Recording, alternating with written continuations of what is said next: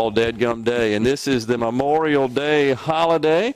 Joining us now, we've got a full slate, by the way, of some great folks lined up that we're going to be talking to about Memorial Day, the celebration thereof, and this incredible facility here in the midst of Camp Shelby. But first up, my good friend Major General Boyles. He is the Adjutant General of the Mississippi National Guard. Morning, Dur. How you doing this morning, General? Morning, Gerard. Appreciate you having us on. You bet. Now, full disclosure, the General and I have known each other for a very long time and used to play softball together back in the day when we could do that sort of stuff. And it's really an honor to have you here with us on at Camp Shelby there, General. So first, tell us a little bit about Memorial Day and the distinction between that and Veterans Day, and what is in particular we celebrate and we recognize on Memorial Day. Great question, Gerard. So you really have 3 days that you celebrate where you recognize the armed services, and Memorial Day are those soldiers that we, and airmen and other parts of the military that we have lost in combat. So we recognize them and their sacrifice and service. Veterans Day is where you sort of celebrate everybody who has ever served in the military. Retirees, currently serving soldiers and airmen, and the Navy and all of the Marines and everybody. And then you also have Armed Forces Day, where you celebrate those who are currently in uniform. So that's sort of the three distinct days where we celebrate the military. But specifically Memorial Day is when we recognize those in the armed forces that made the ultimate sacrifice in preservation of our freedoms and the bounty that we enjoy here in America. And Mississippi is in particular well represented in that arena. Having gotten the tour of the museum, I'm just so impressed and overcome, frankly, with Mississippi's connection to the armed forces, and in particular those who've sacrificed it all for us. You know, you have a lot of stories in this museum, and the stories are not just National Guard stories, but they're stories across 200 years of history, 250 years of history, where Mississippians and people who traveled through Mississippi contributed in the military. I mean, we've got a story in there about a general officer who actually influenced and mentored Eisenhower and Marshall and Patton. You don't know his name, but he's back in here and just made a real impact on World War II. Unbelievable. So anyway, just a lot of good stories here in the museum. So I hope people show up and enjoy and visit it. And it says a lot, in my view, just about how great and patriotic Mississippians are. Yeah. And it's on full display here in this museum. In case anybody's wondering, there's no question about that.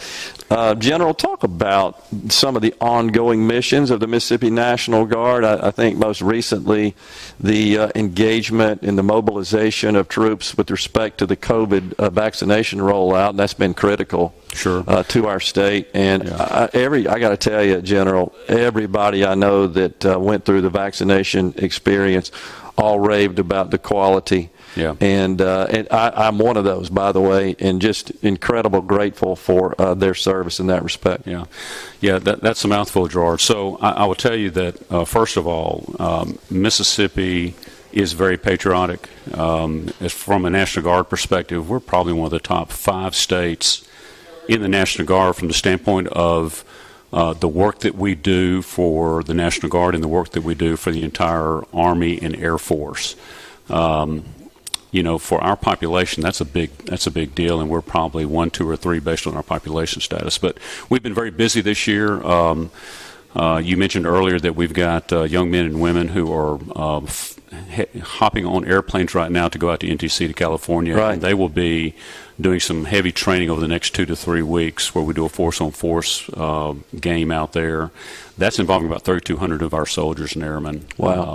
And then another 800 are just simply supporting that operation. So it's a total of about 4,000 of my 12,500 people there doing that. The COVID response has been very successful. We started slowly, and we sort of grew into it, and we currently have about 1,500 men and women who are supporting the vaccinations, and we're beginning to see that wind down a little bit. Yeah. But we were ready for the surge. I hope that all of our customers were happy and satisfied with the work that we did, and that's beginning to come to an end. I can tell you they're respectful, they're dutiful, and they're efficient. and it was as positive an experience, I think, as could be had under that process. So gratitude to those folks. It's also a time, General, as well, that we remember the Gold Star families on Memorial Day. First, for the benefit of our audience, what exactly is a Gold Star family, and why do we recognize them on Memorial Day? Yeah, the Gold Star families are those families who have lost a family member in a combat situation during war, and it resonates through the Navy, the Marines, the Army, the Air Force, and the other services. Memorial Day is so personal to a lot of the National Guardsmen who are in our formation. There'll be a lot of those folks here this morning. We have lost soldiers and airmen. We have lost men and women who we have had the opportunity to lead in combat. But most importantly, we've lost some friendships out there. These are men and women who just didn't come home with us. So we want to make sure that we always remember the sacrifice they made. We always want to make sure we remember the difference that they made for our country.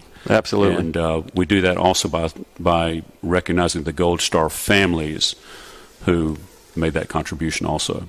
Sure.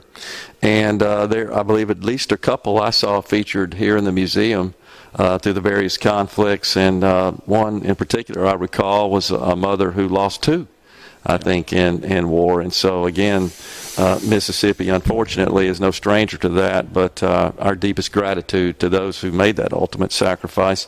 Wanted to also share with you, one of our listeners on the C Spire text line, William, says the Guard's facilitation of the vaccine was amazing, extremely well-oiled machine. Wanted to pass that on to you, General. Yeah. And I agree with William. And if I can make a comment. Yeah. So that was an opportunity for us to work with the health department for the first time. Yeah. And we meshed very well. And it was the National Guard had a lot of visibility, but I will tell you, MEMA did a heavy lift with the work that they did behind the scenes for the logistics part.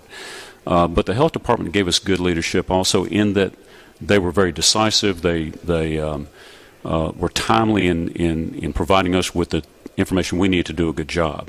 And I'll say this, that the governor acted like a military leader in this respect, in that at the very beginning of this thing, he gave us his vision.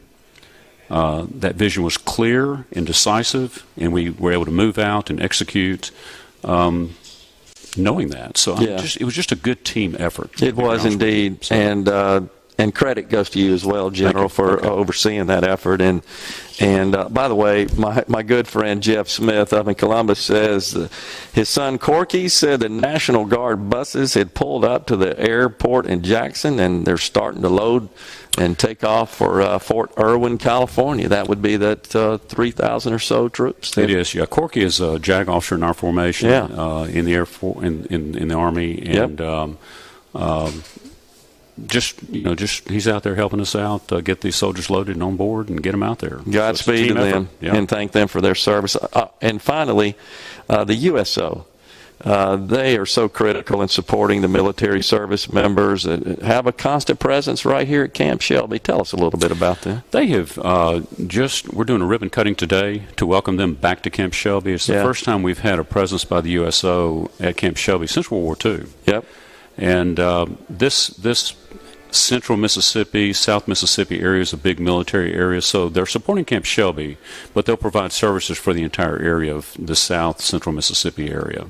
And Hattiesburg is such a big military community that it really, they'll provide some services that are needed for us. Yeah, so the local community really does recognize the value and the importance of Camp Shelby being local to the area, and they're very respectful of the folks here, as we all are across the state of Mississippi.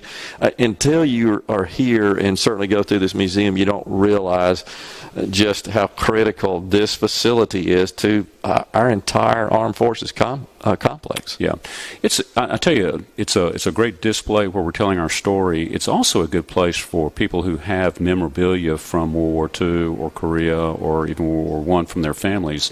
It's a great place for us to sort of store that for the families. Yeah. And then we'll display it every once in a while. So it's a very good resource for the families of Mississippi. And it's fascinating, frankly, to see it. It's just so much history in such a compact space. Yeah. And it's a sense of emotion and pride that comes over you. Yeah. General, thanks so much for joining us today. Thanks for all you do, and we certainly want to remind everyone to keep Memorial Day and to honor those who pay the ultimate sacrifice for our freedoms. Thank you, sir. Gerard. Thank you for being here. You bet. We'll be right back after this break.